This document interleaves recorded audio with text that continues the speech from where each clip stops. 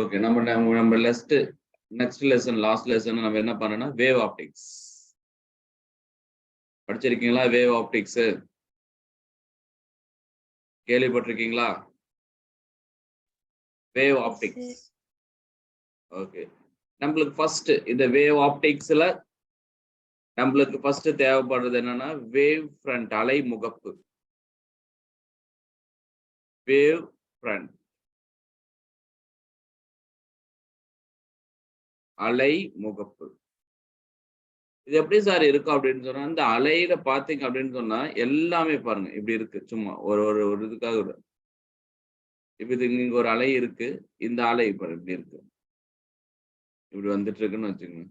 இப்ப இந்த அலை பாத்தீங்க அப்படின்னு சொன்னா இதே மாதிரி நிறைய அலைகள் இருக்கும். இந்த பாயிண்ட்ல மட்டும் பாத்தீங்கன்னா எல்லா அணுக்களும், எல்லா பாயிண்ட்லயும் இருக்கக்கூடிய அணுக்கள் வைப்ரேட்டிங் இன் சேம் ஃபேஸ். அதுதான் வேவ் ஃப்ரண்ட். ஒரே மாதிரியான துகள்கள், ஒரே மாதிரியா எல்லா துகள்களும் ஒரே மாதிரியாக அதிர்வடைகின்ற ஒரு கோடை தான் நம்ம என்னன்னு சொல்றோம்னா வேவ் ஃப்ரண்ட். அதுதான் சொல்லுவோம் ஒரே மாதிரி. அப்ப locus of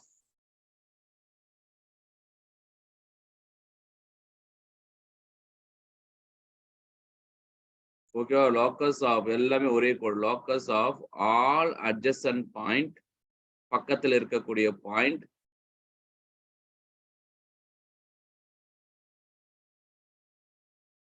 adjacent point vibrating in same phase. அப்ப எல்லாம் ஒரே லைனாக, ஒரே கோடாக, எல்லா அணுக்களும் இல்லை எல்லா துகள்களும் ஒரே மாதிரியாக வைப்ரேட், ஒரே மாதிரியாக அதிர்வடைகின்ற ஒரு நிலையை தான் நம்ம என்ன சொல்றோம் வேவ் ஃப்ரண்ட். அலை முகப்பு, முன்னலை, முன்பகுதியினுடைய அலை. அப்ப நீங்க கடல்ல இருந்து நம்ம அந்த அலையை பார்க்கும் பொழுது அப்படியே பாருங்க, அந்த அலை இது இந்த முன்னாடி அலை முகப்பு பாருங்க, எல்லா பார்ட்டிகளும் வைப்ரேட்டிங் ஒரே மாதிரி இருக்கிறதுனால அது வந்து ஒரு அலை வடிவத்துல நம்மளுக்கு கிடைக்குது. Vibrating in same face.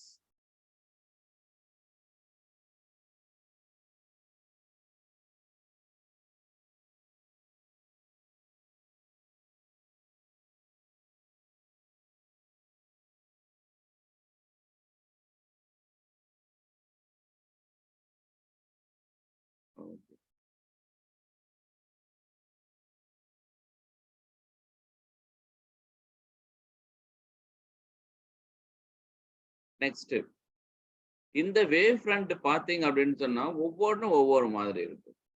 இப்ப ஃபர்ஸ்ட் வேவ் ஃப்ரண்ட், இப்ப நல்லா பாருங்க, இதெல்லாம் one mark question. First wave front எப்படி இருக்கும் அப்படின்னு சொன்னா ஸ்பெரிக்கல் வேவ் ஃப்ரண்ட்.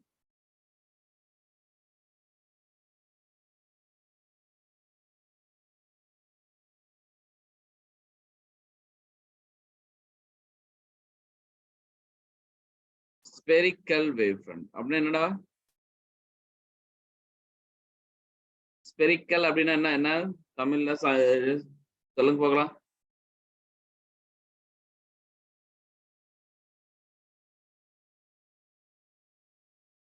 அப்ப எனக்கு தெரியாதுப்பா, சொல்லுப்பா. கோலம். எல்லாம் கவனிச்சிட்டு இருக்கீங்களாப்பா? Yes sir. Yes sir. First wave front வந்து ஸ்பெரிக்கல் வேவ் ஃப்ரண்ட், கோலகன் அலைமுகப்பு. இந்த ஸ்பெரிக்கல் வேவ் ஃப்ரண்ட் எப்படி ப்ரொடியூஸ் ஆகுது, இதுதான் நம்மளுக்கு முக்கியம். இந்த ஸ்பெரிக்கல் வேவ் ஃப்ரண்ட் எப்படி சார் ப்ரொடியூஸ் ஆகுது? ஃபர்ஸ்ட் ஒன் லைட் சோர்ஸ், அதாவது ஒளியினுடைய மூலம். அப்ப லைட் சோர்ஸ் நல்லா பாருங்க, one mark question. Light source point சோர்ஸா இருக்கும், ஒரு புள்ளி மூலமா இருக்கும். அப்ப ஒரு ஒளியின் மூலம் ஒரு புள்ளி சைஸ்ல இருந்துச்சுன்னா கண்டிப்பா அங்க உருவாகக்கூடிய அலைமுகப்பு எப்படி இருக்குன்னா கோலக அலைமுகப்பு கிடைக்கும். அப்ப பாயிண்ட் சோர்ஸ்.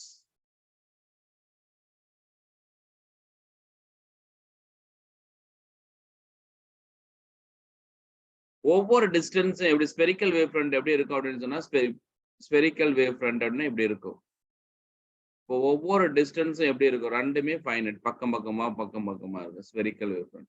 ஒண்ணு இல்லப்பா, நான் சின்ன ஒரு எக்ஸாம்பிள் மட்டும் சொல்லிடுறேன். தண்ணி இருக்கு, தண்ணியில வந்து ஒரு கல்லு போடுறோம், கல்லு போட்டதுமே எப்படி இருக்கும், ஃபர்ஸ்ட் எப்படி இருக்கும்? ஸ்பெரிக்கல் வேவ் ஃப்ரண்ட் அப்படியே இப்படி வேவ் ஃப்ரண்ட் அப்படி நமக்கு கிடைச்சிட்டே இருக்கும். நல்லா பாருங்க. இப்படியே போயிட்டே இருக்கும்.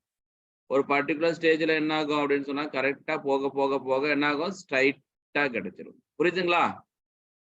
அப்ப அந்த அந்த ஸ்பெரிக்கல் வேவ் ஃப்ரண்ட் எங்க சார் டிஸ்டன்ஸ்னா distance would be finite.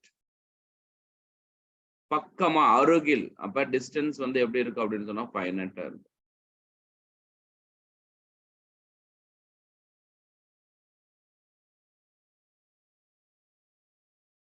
Intensity, distance increase, intensity is directly inversely proportional to square of the distance. அப்ப அதோட ரேடியஸ் போக போக போக போக இன்க்ரீஸ் ஆக இன்டென்சிட்டின்றது வந்து பாத்தீங்க அப்படின்னு சொன்னா வெளிச்சம், பிரைட்னஸ், டார்க்னஸ் அப்ப கம்மியாகும். ஓகே, என்ன டவுட் இருக்கா? Spherical wave front. Second one பாத்தீங்க அப்படின்னு சொன்னா cylindrical wavefront.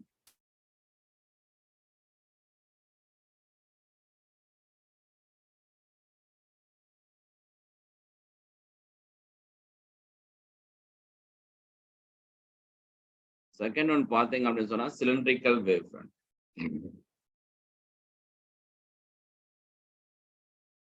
இதனுடைய லைட் சோர்ஸ் எப்படி இருக்கணும் அப்படின்னா லைன் சோர்ஸா இருக்கணும்.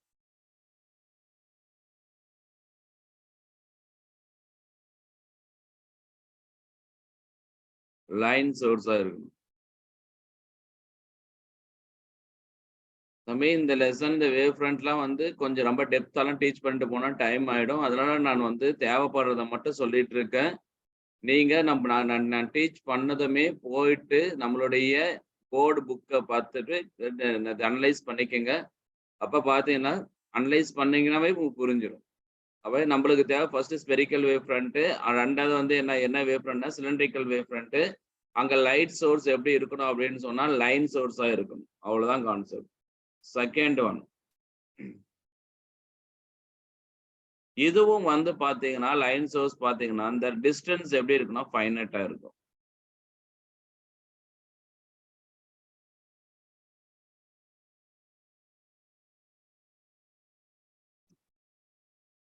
டிஸ்டன்ஸ் ஃபைனைட்டா இருக்கும். Intensity is inversely proportional to r square.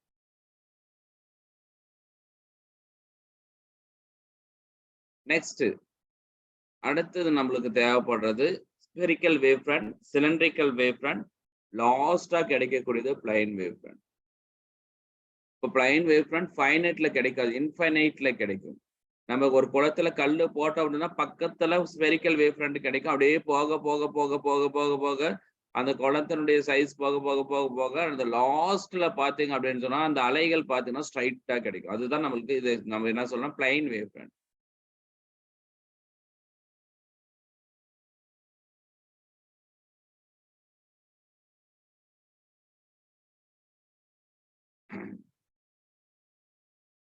First இந்த பிளைன் வேவ் ஃப்ரண்டோட லைட் சோர்ஸ் எப்படி இருக்கும் அப்படின்னு சொன்னா ரொம்ப டிஸ்டிங்க்ட்ல இருக்கும்.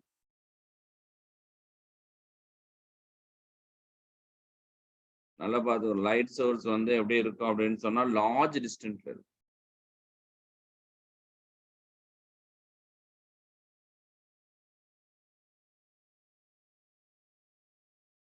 டிஸ்டன்ஸ் எப்படி இருக்குன்னா இன்ஃபைனைட்ல இருக்கும்.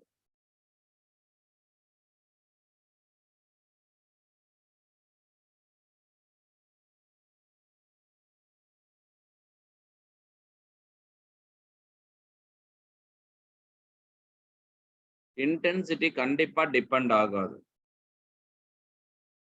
இன்டென்சிட்டி இந்த பிளைன் வேவ் ஃப்ரண்ட்ல டிபெண்ட் ஆகாது.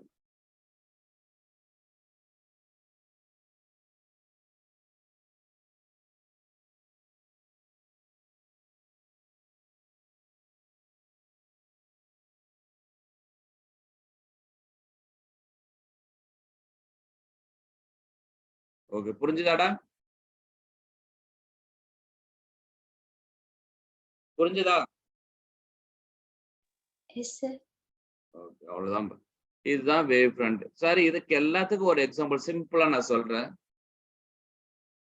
ஒரு குளம் இருக்கு, அதுல கல்லு போடுறோம். கல்லு போட்டுட்டுமே ஃபைனைட் டிஸ்டன்ஸ் வரைக்கும் ஸ்பெரிக்கல் வேவ் ஃப்ரண்ட் கிடைக்கும். அதே இன்ஃபைனைட் டிஸ்டன்ஸ் கொஞ்சம் டிஸ்டன்ஸ் போக போக போக போக நம்மளுக்கு எப்படி இருக்கும் அப்படின்னு சொன்னா பிளைன் வேவ் ஃப்ரண்ட் கிடைக்கும். சிலிண்ட்ரிக்கல் வேவ் ஃப்ரண்ட் பாத்தீங்க அப்படின்னு சொன்னா இதுதான் ஒரு குளம் அப்படின்னு சொன்னா இந்த குளம் இப்படி இருக்கு அப்படின்னு சொன்னா இந்த குளத்துக்கு சென்டர்ல ஒரு கண்ணாடி மாதிரி இருந்துச்சுன்னா நீங்க இங்க இருந்து நீங்க பாத்தீங்கன்னா குளத்துக்கு கீழே இருந்து பாத்தீங்க அப்படின்னு சொன்னா அந்த அந்த வேவ் ஃப்ரண்ட் நம்மளுக்கு எப்படி இருக்கும் அப்படின்னு சொன்னா சிலிண்ட்ரிக்கல் வேவ் ஃப்ரண்டா கிடைக்கும். சிலிண்ட்ரிக்கல் வேவ் ஃப்ரண்டா நம்மளுக்கு கிடைக்கும். ஓகே, புரிஞ்சுதுங்களா?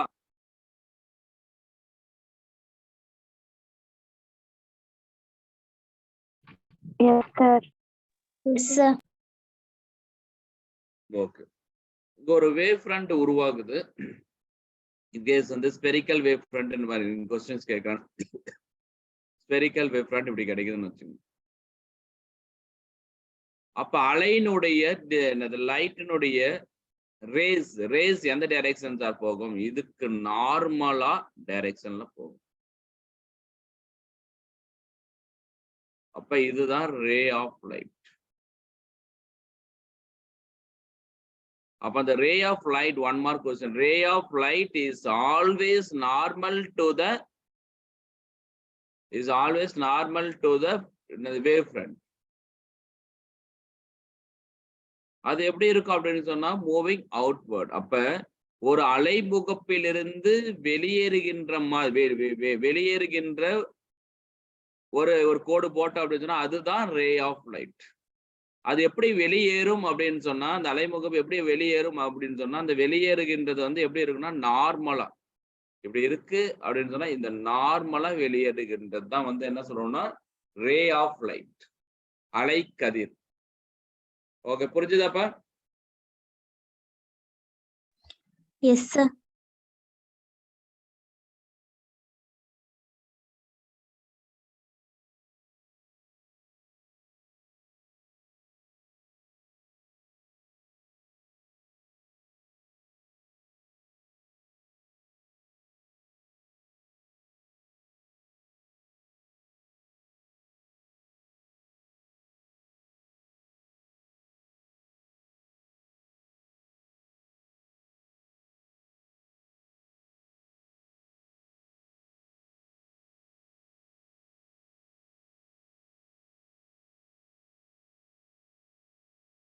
ஓகே, திருப்பி இது அனுப்ப முடியாது, வேணா ஸ்கிரீன்ஷாட் எடுத்துக்கோமா. யாராவது ஒருத்தர் ஸ்கிரீன்ஷாட் எடுத்து வச்சுக்கோமா.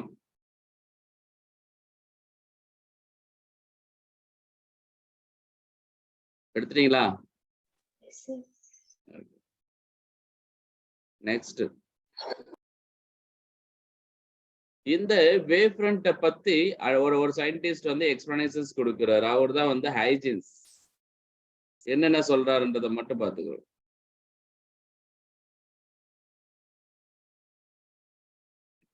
ஹைஜின்ஸ் வேவ் தியரி.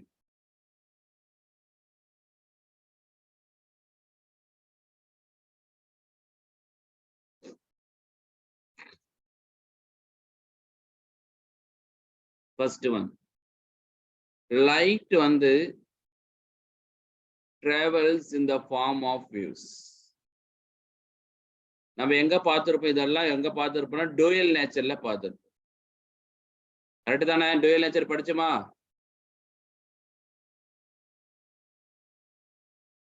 படிச்சுமா இல்லையாப்பா? ஓகே, இந்த டூயல் நேச்சர்ல படிச்சிருப்பேன். டியூயல் நேச்சர்ல இந்த லைட் ஆனது பாத்தீங்க அப்படின்னு சொன்னா துகளாகவும் இருக்கும், பார்ட்டிக்கல் நேச்சராகவும் இருக்கும்.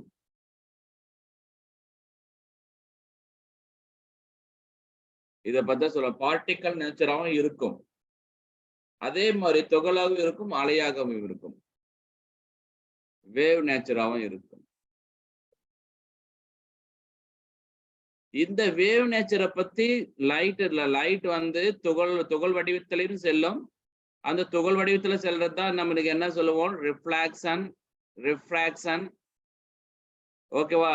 அந்த இன்டர்ஃபரன்ஸ் இதெல்லாம் பார்க்கறதெல்லாம் என்ன அப்படின்னு சொன்னா லைட்ன்றது வந்து பார்ட்டிக்கல் நேச்சர்ல இருக்கும் அப்படின்னு நம்ம சொல்லுவோம்.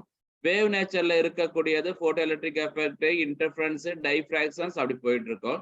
இந்த வேவ் நேச்சரை பத்தி எக்ஸ்பிளனேஷன்ஸ் பண்ணும் பொழுது அவர் என்ன பண்ணுவார் அப்படின்னு சொன்னா இந்த வேவ் நேச்சரை எக்ஸ்பிளைன் பண்ணும் பொழுது light is a matter waves அப்படின்னு சொல்லுவார். ஆமா தானே?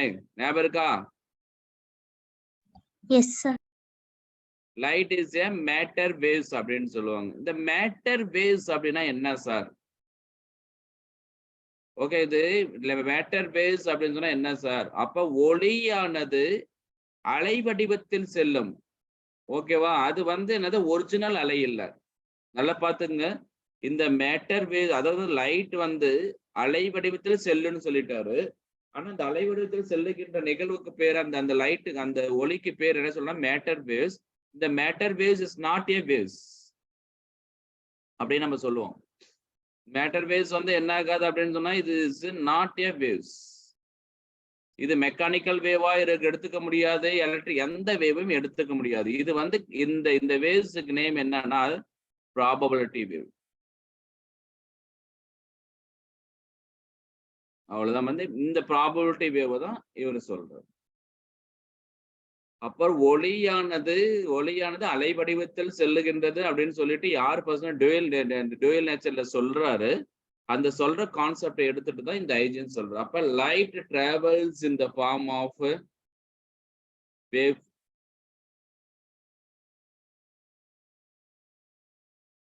In the form of wave.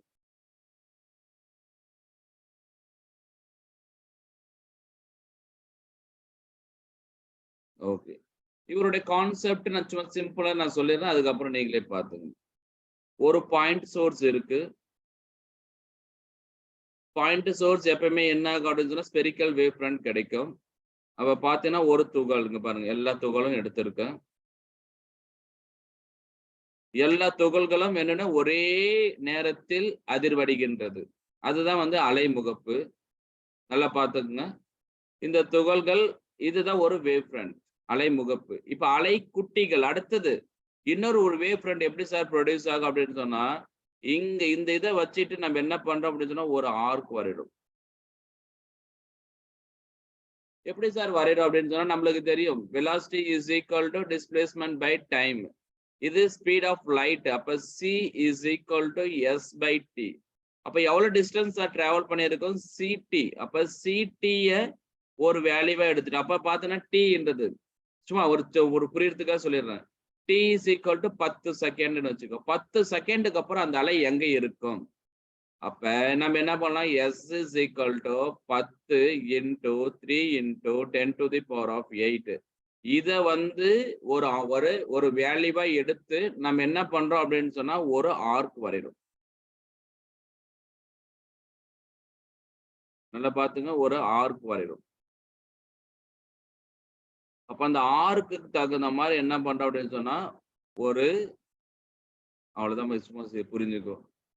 இந்த டேஞ்சென்சியல் தான் என்ன அப்படின்னு சொன்னா அடுத்து அலைமுகப்பை உருவாகும். அதுதான் ஐஜன்ஸினுடைய கூற்று.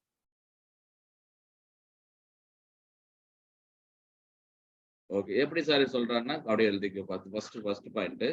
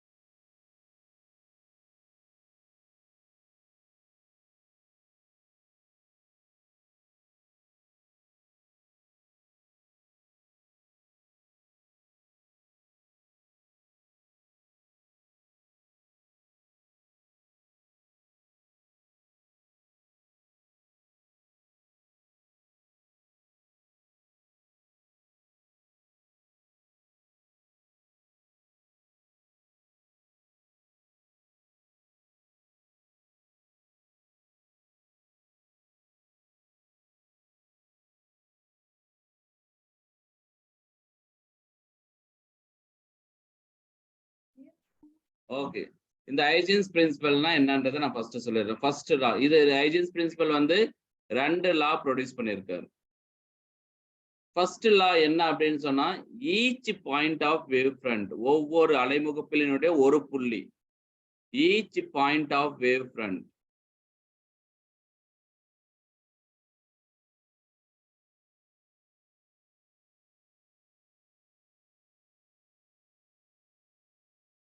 act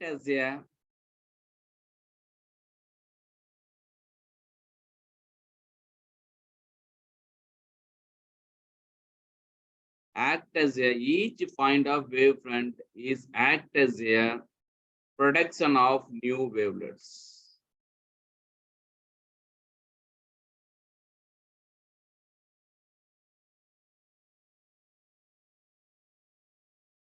அப்ப நம்ம என்ன சொல்றோம், ஒவ்வொரு புள்ளியும் அலைமுகப்பின் ஒவ்வொரு புள்ளியும் இன்னொரு ஒரு அலைக்குட்டியை உருவாக்குவதற்கு காரணமாக அமைகின்றது. அவ்வளவுதான் ஃபர்ஸ்ட் பாயிண்ட். 1 mark question.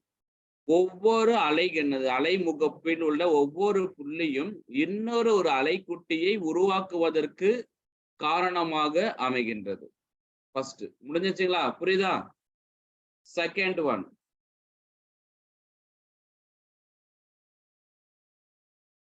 அது எப்படி சார் இருக்கு அப்படின்னு சொன்னா,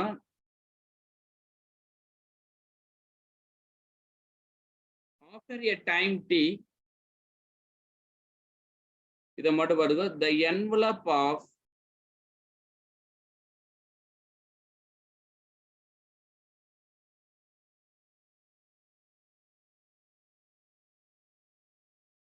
the envelope இல்ல அப்படின்னு சொன்னா, the envelope of, எப்படி சார் அடுத்தது அலைமுகப்பு எப்படி கொடுக்குது அப்படின்னு சொன்னா, of this wavelet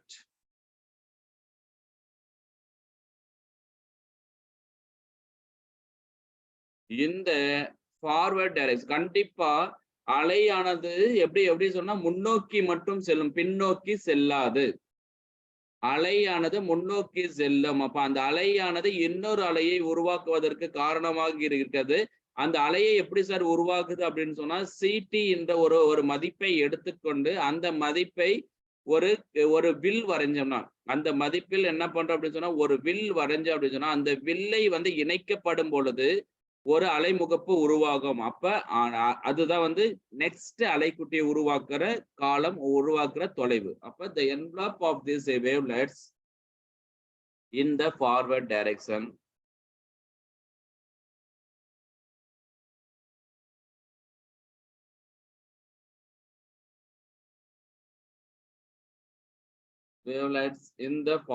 direction அவ்வளவுதான் முடிஞ்சிச்சு.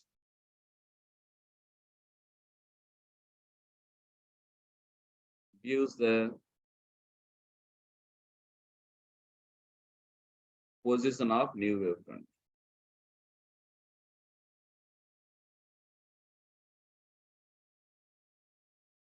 Position of new wavefront. Okay, நம்ம புக்ல இருக்கக்கூடிய ஹைஜன்ஸ் பிரின்சிபல் படிச்சுக்கணும். ஓகே, எதனா டவுட் இருக்காப்பா? ஹைஜன்ஸ் பிரின்சிபல், ஹைஜன்ஸ் பிரின்சிபல் ஏதாவது டவுட் இருக்கா? ஓகே, அவ்வளவுதான் முடிஞ்சிச்சு. ஒரு கான்செப்ட் முடிஞ்சிச்சு. அடுத்த கான்செப்ட், இது கொஞ்சம் அப்படியே ஒரு ஸ்கிரீன்ஷாட் எடுத்து வச்சுக்கோமா, நான் கேட்கும்போது அனுப்பிச்சு விடுங்க. நெக்ஸ்ட், இதுதான் ரொம்ப முக்கியமானது.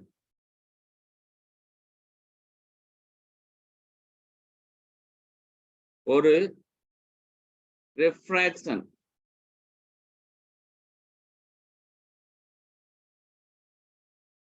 of plane wavefront. plane wavefront எங்க கிடைக்கும்? தெரிந்த தொலைவா இல்ல அதிக தொலைவா? wavefront எங்கப்பா கிடைக்கும்? plane wavefront okay, by thin prism. 1 mark question. by thin. அப்ப இந்த plane wavefront prism வழியாக சென்றால் எப்படி சார் இருக்கும்? இவ்வளவுதான் கான்செப்ட். கொஞ்சம் மாறி இருக்கும். இது plane wavefront, இது ரே அப்படியே போயிட்டே இருக்கு. இதுக்குள்ள போகும் பொழுது அந்த ஊடகத்திற்கு தகுந்தவாறு வளைந்து ஒரு சாய் கோணத்துல நம்மளுக்கு கிடைக்கும். செகண்ட் ஒன், இதே பிளெயின் வேவ் ஃப்ரண்ட் ஒரு லென்ஸ் வழியா சென்றா எப்படி இருக்கும்? ஒரு கான்வெக்ஸ் லென்ஸ்.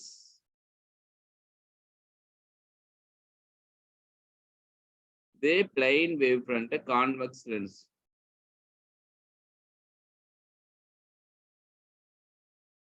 ஒரு plane wave front. One mark question, plane wave front. இப்ப இப்படி போகுது. அப்ப இந்த ஊடகத்திற்கு தகுந்தவாறு அப்படியே என்ன ஆகும், தன்னுடைய ஷேப் அப்படியே மாத்திக்கும். அப்ப என்ன ஆகும் அப்படின்னு சொன்னா இது மாதிரி கிடைக்கும்.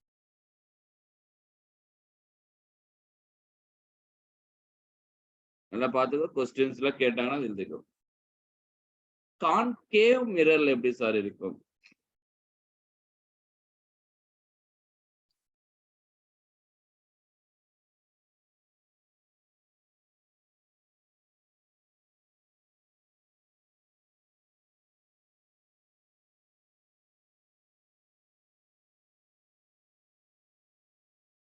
கான்கேவ் மிரர்ல எப்படி சார் இருக்கும்?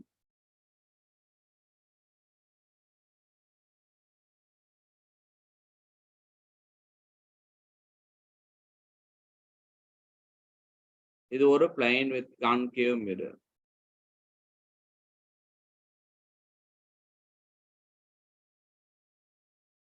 இது ஒரு பிளைன் வேவ் ஃப்ரண்ட். இப்ப இங்க போகுது. போகும் பொழுது என்ன அப்படின்னு சொன்னா அதுக்கு தகுந்தாறு போல அப்படியே மாறிடும். அவ்வளவுதான்.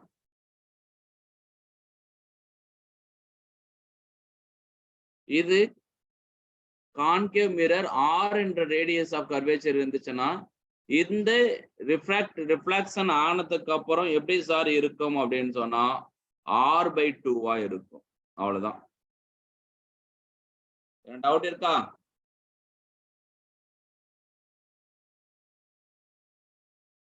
டவுட் இருக்காப்பா? No sir. அவ்வளவுதான், முடிஞ்சிச்சுப்பா. இதுக்கப்புறம் வேற எந்த ஒரு பிரச்சனை இல்லை. Wave front.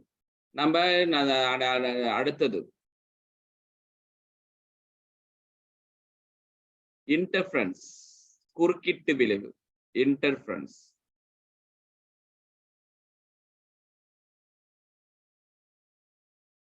எங்கே படிச்ச மாதிரி இருக்குதுல்ல? இன்டர்ஃபரன்ஸ்னா என்னதுப்பா?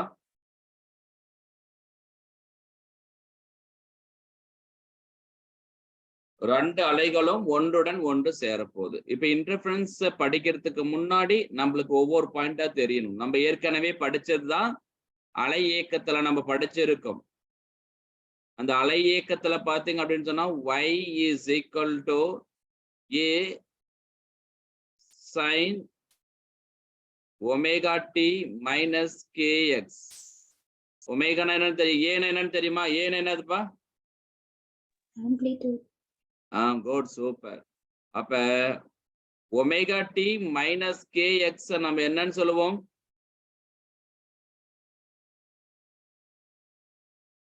ஃபேஸ் அப்படின்னு சொல்லுவோம்.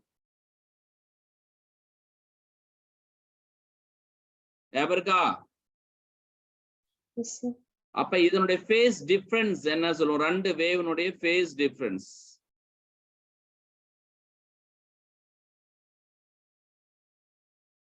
கட்ட வேறுபாடு, ஃபேஸ் டிஃபரன்ஸ். இதெல்லாம் அங்க படிச்சுதான். ஃபேஸ் டிஃபரன்ஸ் பைன்னு சொல்லுவோமா? இந்த கட்ட வேறுபாடு ரெண்டு அலைகளையும் என்ன பண்றோம் அப்படின்னு சொன்னா கட்டத்தை, ரெண்டு கட்டத்தையும் மைனஸ் பண்ணோம்னா நம்மளுக்கு என்ன கிடைக்கும்? ஃபேஸ் டிஃபரன்ஸ் கிடைக்குமா? ஓகே. இப்ப நீங்க மறந்திருந்தாலும் சும்மா ஒரு கான்செப்ட் சொல்லிடுறேன் பாருங்க. y1 இஸ் ஈக்குவல் டு ஒரு இது வந்து a1 ரெண்டு ஒரு wave omega D minus kx மற்றும் y2 is equal to a2 sin omega t minus kx some values ஏதோ ஒன்று pi. அப்ப இதனுடைய ஃபேஸ் டிஃபரன்ஸ் என்னன்னா இது ரெண்டுத்தையும் ஒமேகா டி மைனஸ் கேஎக்ஸையும் ஒமேகா டி மைனஸ் ரெண்டு ஃபேஸையும் நம்ம என்ன பண்ண மைனஸ் பண்ணும் பொழுது omega D minus kx cancel ஆயிடும். அப்ப நம்மளுக்கு கிடைக்கக்கூடியது ஃபேஸ் டிஃபரன்ஸ் எவ்வளவு? இன்கேஸ் π/2 இருக்கலாம், π/3 இருக்கலாம், 2π/3 இருக்கலாம், எது வேணாலும் இருக்கலாம். நம்மளுக்கு தெரிய வேண்டியது therefore the phase difference is equal to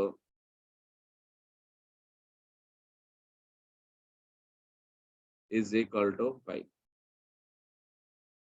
அடுத்தது கட்ட வேறுபாடு. இது அடுத்து பாதை வேறுபாடு, பாத் டிஃபரன்ஸ். பாதை வேறுபாடு இந்த குறுக்கீட்டு விளைவை படிக்கிறதுக்கு முன்னாடி இதெல்லாம் நம்ம பார்க்கணும். பாதை வேறுபாடு சார், பாதை வேறுபாடு என்றது என்னன்னா del X is equal to, எப்பவுமே ஞாபகம் வச்சுக்கோ, λ/2π. லாம்டா என்பது அலைநீளம் இன்டு பை, அவ்வளவுதான். ஞாபகம் வச்சுக்கலாமா?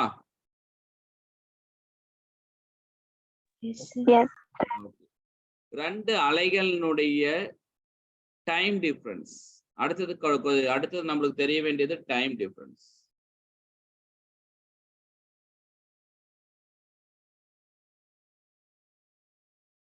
அடுத்தது இந்த அலைகள், ரெண்டு அலைகளும் டைம் டிஃபரன்ஸ். இப்ப பாருங்க, கட்ட வேறுபாடுனா என்னன்னு தெரிஞ்சிச்சு, பாதை வேறுபாடுடைய ஃபார்முலா தெரிஞ்சிச்சு, λ/2π × πன்னு தெரிஞ்சிச்சு. இப்ப டைம் டிஃபரன்ஸ், அப்ப எவ்வளவு காலம் சார் இருக்கும்? அப்ப del t is equal to time period by 2π.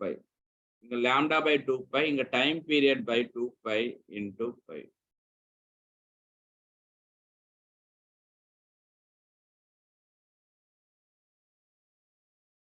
Okay, என்ன டவுட் இருக்கா? No sir. ஓகே, இவ்வளவுதான்மா கான்செப்ட்.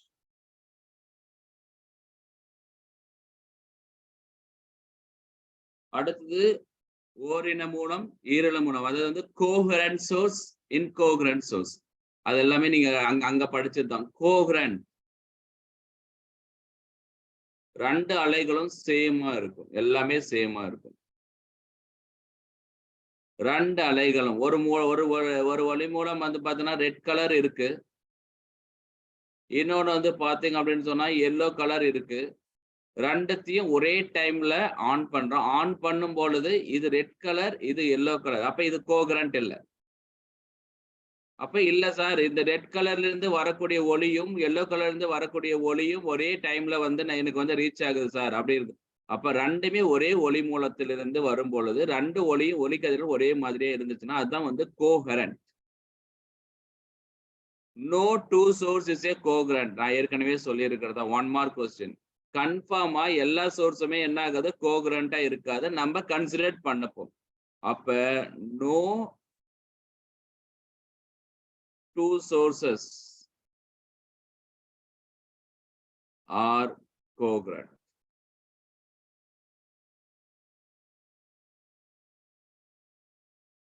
நெக்ஸ்ட், இதோட கொஞ்சம் ஸ்கிரீன்ஷாட் எடுத்துக்கோங்க. நெக்ஸ்ட், ரெண்டு அலைகள் எடுத்திருக்கேன், நல்லா பாருங்க. அடுத்தது வந்து சூப்பர் பொசிஷன். பாருங்க, அன்னைக்கு அந்த இதுல அலை இயக்கத்துல நடத்தினது தான் அப்படியே நான் வந்து ஒளி இயக்கத்துல நடத்துறேன், அவ்வளவுதான். சூப்பர் பொசிஷன் அப்படின்னா என்ன? இங்க ஒரு அலை போகுது, இன்னொரு அலையும் அதுல போகும் பொழுது ரெண்டுமே என்ன ஆகும் அப்படின்னு சொன்னா சூப்பர் பொசிஷன் அடையும். அது ரெண்டு அலையும் ஒன்றுடன் ஒன்று சேர்ந்து இருக்கும் பொழுது கிடைக்கின்ற அந்த நிலை தான் வந்து என்ன அப்படின்னு சொன்னோம்னா சூப்பர் பொசிஷன் சொல்லுவோம். அப்ப அந்த சூப்பர் பொசிஷன்ல என்ன நடக்குது அப்படின்னு சொன்னா ரெண்டு அலைகள் இருக்கு, ரெண்டு அலைகளையும் என்ன பண்ணும், ஒன்றுடன் ஒன்று சேரும் பொழுது எனக்கு கிடைக்கின்றது தான் சூப்பர் பொசிஷன். அந்த சூப்பர் பொசிஷன்ல நடக்கும் பாருங்க, ஒரு கான்செப்ட் மட்டும் பாருங்க. இதுல 1 mark question. y1 is equal to, நான் ஒரு அலை எடுத்திருக்கேன், a1 sin omega D minus kx அப்படின்னு ஒரு அலையும், y2 is equal to a2 sin omega D minus K X முன்ன எடுத்த மாதிரி ஒரு பை எடுத்திருக்கேன். அப்ப ரெண்டும் ஒன்றுடன் ஒன்று இணையும் பொழுது, ஓகேவா, ஒரு இணையும் பொழுது நம்மளுக்கு சூப்பர் பொசிஷன், அதாவது குறுக்கீட்டு விளைவு நடக்குது. அப்போ y1ம் y2வும் ரெண்டும் ஒரு குறுக்கீட்டு விளைவை ஏற்படுத்துகிறது. அந்த குறுக்கீட்டு விளைவை ஏற்படுத்தும் பொழுது அதனுடைய வீச்சு எப்படி சார் இருக்கும் அப்படின்னா அது ஒரு கொஸ்டின்.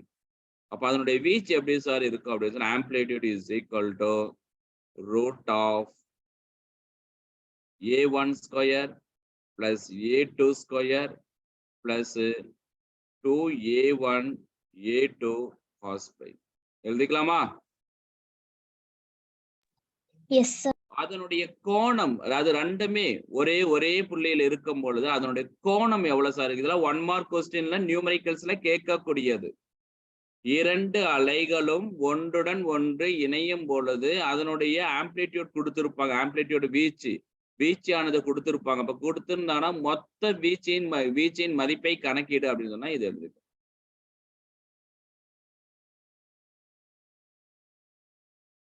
ஓகே, நெக்ஸ்ட் அதனுடைய கோணம் எவ்வளவு சார் இருக்குது? ட்ரையாங்கிள் ஆஃப் வெக்டர்ல படிச்சது r is equal to a square plus b square plus 2ab cos theta. Okay, அடுத்தது நம்ம கோணம் பார்க்க போறோம். But theta is equal to tan inverse of a2 sin pi by a1 plus a2 cos pi. சரிங்க sir. அப்ப இதனுடைய intensity எப்படி sir இருக்கும்? இன்டென்சிட்டினா என்னது? அதனுடைய வெளிச்சம் எப்படி சார் இருக்கும்? அப்ப இன்டென்சிட்டி எப்படி இருக்கும்? அப்ப பாத்தீங்கன்னா therefore 1 மார்க் கொஸ்டின் நல்லா பாத்துக்கோ. இன்டென்சிட்டி எப்படி சார் இருக்கும்? Intensity I is directly proportional to amplitude square. Directly proportional to amplitude square.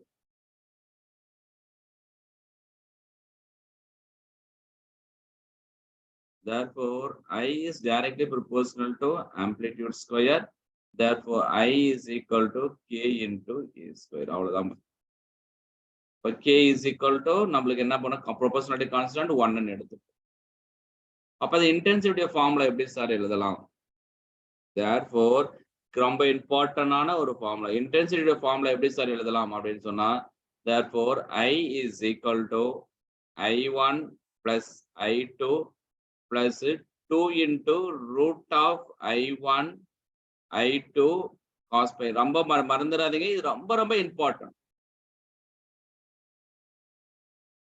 அப்போ ஒத்திசைவா இருக்கும் பொழுது, அதாவது குறுக்கீட்டு விளைவை ஏற்படுத்தும் பொழுது அதனுடைய வீச்சு இது, அதனுடைய இன்டென்சிட்டி அடர்த்தி, ஒளியினுடைய அடர்த்தி. அப்ப ஒளியினுடைய அடர்த்தி KA ஸ்கொயர். அப்ப ஒளியினுடைய அடர்த்தியை கால்குலேட் பண்ண சொன்னாங்கன்னா I1 plus I2 plus 2 into I1 I2 cos pi. Sir I1 எப்படி சார் கிடைச்சது அப்படின்னா உனக்கு தான் தெரியும். I1 நம்மளுக்கு தெரியும். I1 is equal to K into A1 square. I2 is equal to K into A2 square.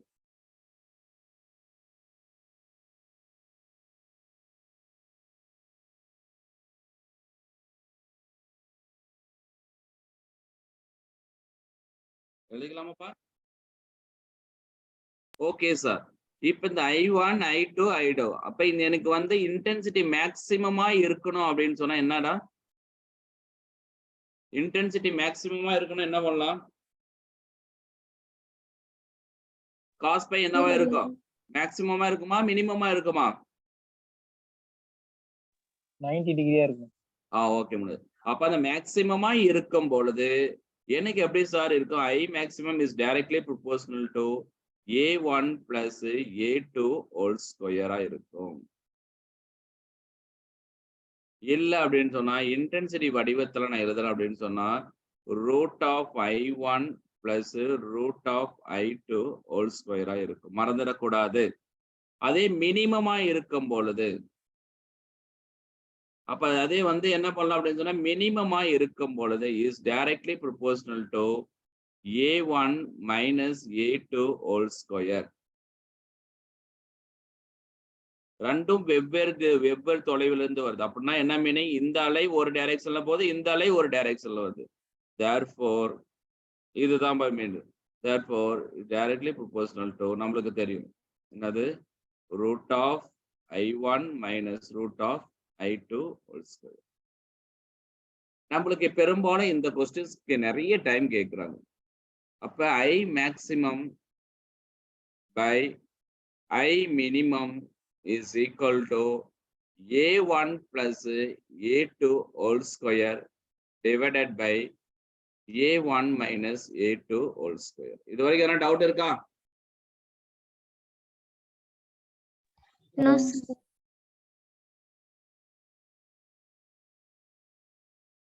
Okay sir, இதுதான் ரொம்ப அடுத்தது. ரெண்டு அலைகளினுடைய இன்டென்சிட்டி சேமா இருக்கு சார். ரெண்டுமே ஒரே சோர்ஸா இருக்கு. அப்ப நம்ம என்ன பண்ணலாம் அப்படின்னு சொன்னா I1ம் I2 ஒரே சோர்ஸ் இஸ் ஈக்குவல் டு நம்ம என்னன்னு எடுத்துப்போம்? I0 எடுத்துக்கலாமா? Same source, identical source.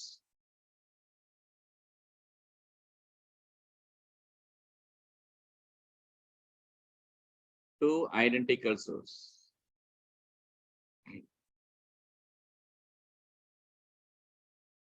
அப்ப ரெண்டுமே சேர்ந்துச்சு அப்படின்னு சொன்னா அப்ப என்ன பண்ணலாம்? therefore intensity I is equal to I1 என்னது? I0. therefore I0 plus I0 பாருங்க இப்படி இருக்க இந்த ஃபார்முலா நான் எடுத்து சப்ஸ்டிட் பண்ண போறேன். அப்ப எனக்கு கிடைக்கக்கூடியது I0 plus I0 plus 2 into root of I0 into I0 நம்மளுக்கு என்ன கிடைக்கும் அப்படின்னு சொன்னா cos π. இது எல்லாத்தையும் நான் சப்ஸ்டிட் பண்ணும் பொழுது ஒரே மாதிரியான ஒரே மூலம் அப்படின்னு சொன்னா இதான் ஃபார்முலா பாருங்க. therefore I is equal to 4 into I0 cos square pi by 2. எழுதிக்கலாமா பாருங்க? இது ரொம்ப இம்பார்ட்டன்டான ஃபார்முலா. அப்ப என்னென்ன ஃபார்முலா படிக்கிறீங்க? மொத்த வீச்சு, maximum intensity, minimum intensity, maximum இன்டென்சிட்டிக்கும் மினிமம் இன்டென்சிட்டிக்கும் உள்ள தொடர்பு. நெக்ஸ்ட் ரெண்டு சோர்ஸுமே ஒரே மாதிரியா இருந்துச்சு அப்படின்னு சொன்னா, ரெண்டு ஒளி மூலமும் ஒரே மாதிரியான ஒளி மூலமாக இருந்துச்சு அப்படின்னு சொன்னா 4I0 cos square pi by 2.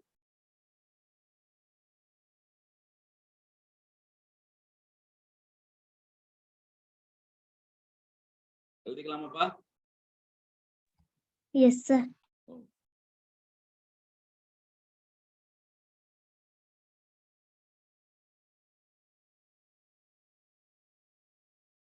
அடுத்தது கொஞ்சம் screenshot எடுத்துக்குமா?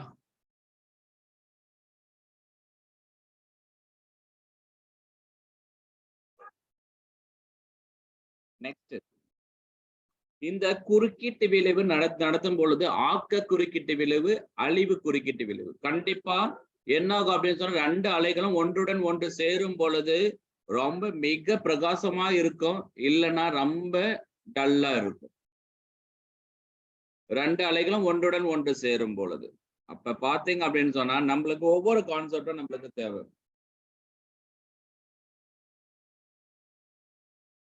constructive and destructive interference. அப்ப first constructive.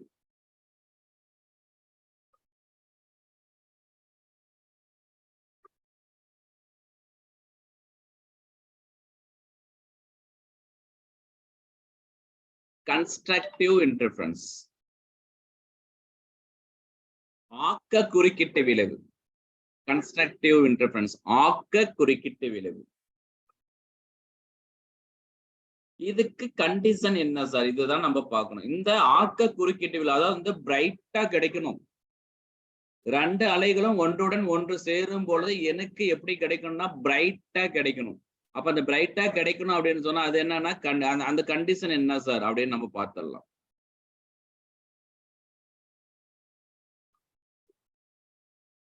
அந்த பாதை வேறுபாடு பாதை எவ்வளவு சார் இருக்கணும் அப்படின்னு சொன்னா 0, 2π, 4π இப்படி இருக்கணும். எழுதிக்கலாமாடா? அப்ப அந்த பாதை எவ்வளவு இருக்கு அப்படின்னு சொன்னா is equal to pi is equal to 2n pi. மறந்துடவே கூடாது. 1 மார்க் கொஸ்டின்ஸ் எழுதிக்கோ.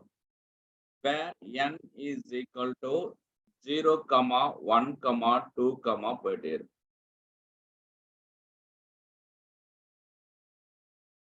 இந்த பாதை இருக்கு. பாதை வேறுபாடு எவ்வளவு சார் இருக்கும்? ஃபேஸ் டிஃபரன்ஸ், இந்த கட்ட வேறுபாடு. இது கட்டம் எவ்வளவு இருக்குன்னா அந்த ரெண்டு அலைகளுடைய கட்டம் 0வா இருக்கலாம், 2 பையா இருக்கலாம், 4 பையா இருக்கலாம். அது காமனா நம்ம என்ன பண்ணலாம்? Pi is equal to 2n by.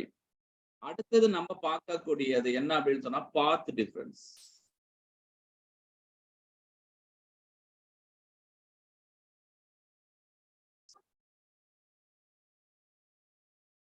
அப்ப நம்மளுக்கு பாத் டிஃபரன்ஸ் நம்ம பார்த்திருக்கோம்.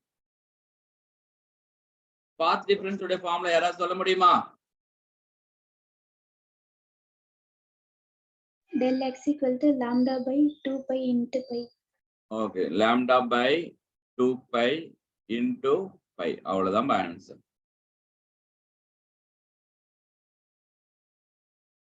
இதுதான் பாத் டிஃபரன்ஸ். இந்த பாத் டிஃபரன்ஸ் எப்படி சார் இருக்கணும் அப்படின்னு சொன்னா del x is equal to n lambda-வா இருக்கணும். அவ்வளவுதான்.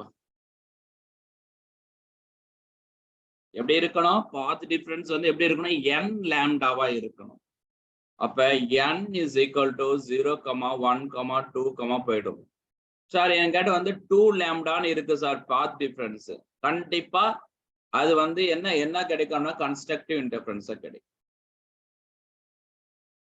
இதனுடைய ஆம்ப்ளிடியூட் எப்படி சார் இருக்கும்? மேக்சிமமா இருக்கும். அப்ப இதனுடைய வீச்சு அப்ப a maximum is equal to a1 plus a2.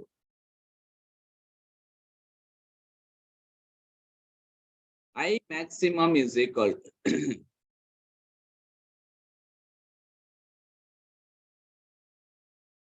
அடுத்தது வந்து I maximum intensity எப்படி சார் இருக்கும்? Therefore I maximum is equal to I1 plus I2 plus 2 into root of I1 I2. அது வந்து I maximum is equal to A1 plus A2 whole square. Sir இப்ப இந்த ரெண்டு அலைகளுடைய ஒளி மூலமும் ஒரே மாதிரியா இருந்துச்சுன்னா அப்ப ரெண்டு அலைகளை இன்டென்சிட்டி கொஸ்டின்லயே கொடுத்திருப்பாங்க. இரண்டு இன்டென்சிட்டி சேமா இருந்துச்சுன்னா I1 is equal to I2 is equal to I0. அது ரெண்டுமே சேமா இருந்துச்சுன்னா எனக்கு மேக்சிமம் எப்படி சார் கிடைக்கும் அப்படின்னு சொன்னா maximum is equal to 4 into I0.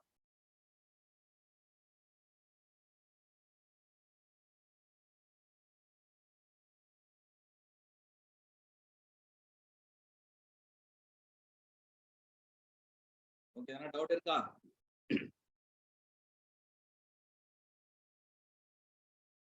No sir. அப்ப அதாவது வந்து குறுக்கீட்டு விளைவு இரண்டு வகையாக இருக்குது. என்னன்னது?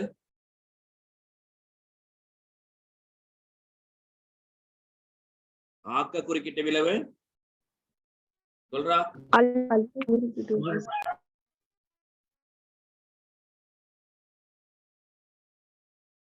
ஆக்க குறுக்கீட்டு விளைவினுடைய கண்டிஷன், அதனுடைய பாதை வேறுபாடு, பாத் டிஃபரன்ஸ், அடுத்தது இன்டென்சிட்டி. இது நம்ம எல்லாம் பார்த்துட்டோம். ஆக்க குறுக்கீட்டு விளைவுல எப்படி கிடைக்கும் அப்படின்னு சொன்னா பிரைட்டா கிடைக்கும்.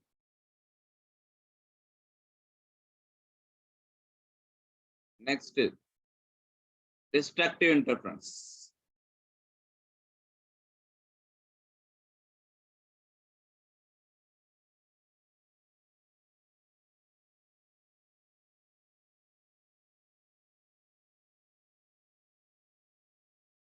Destructive interference condition.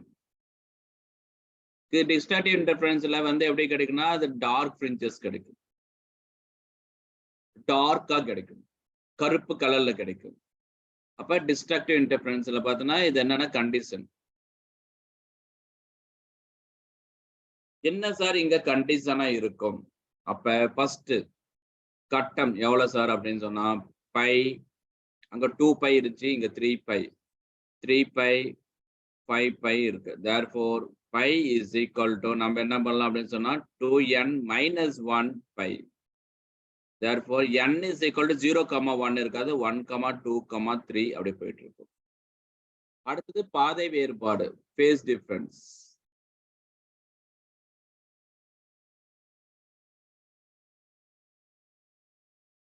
அப்ப அடுத்து பாதை வேறுபாடு phase difference.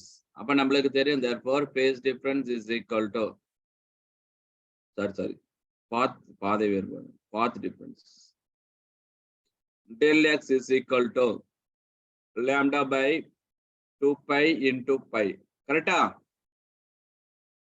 அங்க del x is equal to n lambda ன்னு பார்த்தோம்.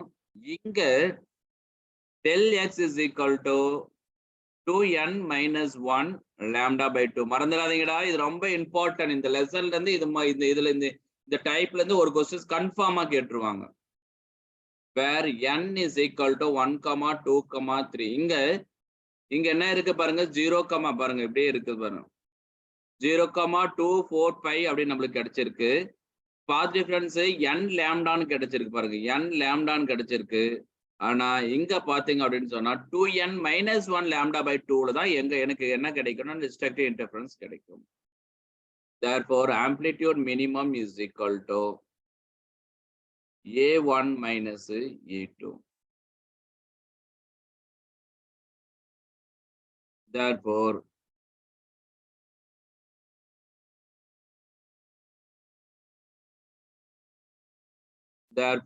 I minimum is equal to 0.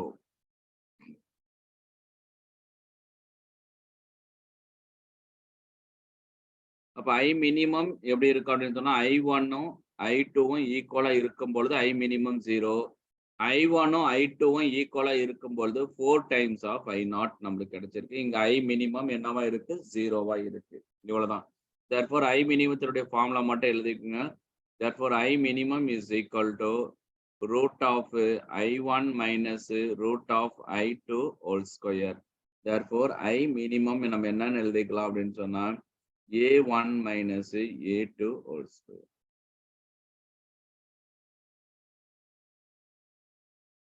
அப்ப நான் நார்மலா லாஸ்டா ஒரே ஒரு ஃபார்முலா, மொத்த ஆவரேஜ், அதாவது வந்து டிஸ்ட்ரக்டிவ் இன்டர்ஃபரன்ஸ் இல்ல, கன்ஸ்ட்ரக்டிவ் இன்டர்ஃபரன்ஸ் இல்ல. அப்ப மொத்த ஆவரேஜ் எவ்வளவு சார் அப்படின்னு சொன்னா I average is equal to I maximum plus I minimum divided by 2. therefore is equal to I1 plus I1 plus I2. எழுதிக்கலாமாடா? அப்ப இதுல இருந்து ஒண்ணு கண்டுபிடிச்சிட்டீங்க, ஒரு 1 மார்க் क्वेश्चंस ஈஸியா கண்டுபிடிச்சிட்டீங்க. என்ன சார் கண்டுபிடிச்சோம் அப்படின்னு சொன்னா I மேக்சிமமா இருக்கும் பொழுது 4 into I0. கரெக்டா? I மினிமமா இருக்கும் பொழுது சுழி மதிப்பை அடையும். I1 ரெண்டு மூலங்களும் ஒன்னா இருக்கும் பொழுது. அப்ப இந்த கான்செப்ட்ல இருந்து ஒரு 1 மார்க் क्वेश्चंस கேட்பாங்க. எழுதிக்கலாமாடா? Yes sir. ஓகே, இவ்வளவுதான். இன்னைக்கு நான் டீச் பண்ணது இவ்வளவுதான், பாத்துக்கோ. அலைமுகப்புனா என்ன, ஐசன்ஸ் பிரின்சிபல்னா என்ன, போயிட்டு வீட்டுல போய் படிச்சிருங்க. ஃபர்ஸ்ட் ரிஃப்ராக்ஷன், அதாவது வந்து பிரிசத்துல எப்படி இருக்கும், கான்வெக்ஸ் லென்ஸ்ல எப்படி இருக்கும், கான்கேவ் மிரர்ல எப்படி இருக்கும், இன்டர்ஃபரன்ஸ் குறுக்கீட்டு விளைவு நடைபெறும் பொழுது நம்மளுக்கு பாதை எவ்வளவு இருக்கும், பாதை வேறுபாடு எவ்வளவு இருக்கும், கட்ட வேறுபாடு எவ்வளவு இருக்கும், பாதை வேறுபாடு எவ்வளவு இருக்கும், டைம் வேறுபாடு எவ்வளவு இருக்கும். அடுத்தது வந்து அதனுடைய சூப்பர் பொசிஷன் நடக்கும் பொழுது ரெண்டு விதமான சூப்பர் பொசிஷன் நடக்கும். குறுக்கீட்டு விளைவு, ஆக்க குறுக்கீட்டு விளைவு, அழிவு குறுக்கீட்டு விளைவு. ஆக்க குறுக்கீட்டு விளைவுடைய வேல்யூஸ் எல்லாம் நம்ம பார்த்துட்டோம். அடுத்தது வந்து அழிவு குறுக்கீட்டு விளைவுடைய மதிப்பு கண்டுபிடிச்சிட்டோம். இதுல இருந்து தான் நம்மளுக்கு क्वेश्चंस கேட்பாங்க. Okay, today it is enough. Tomorrow will see. Thank you. Thank you, sir. Thank you, sir.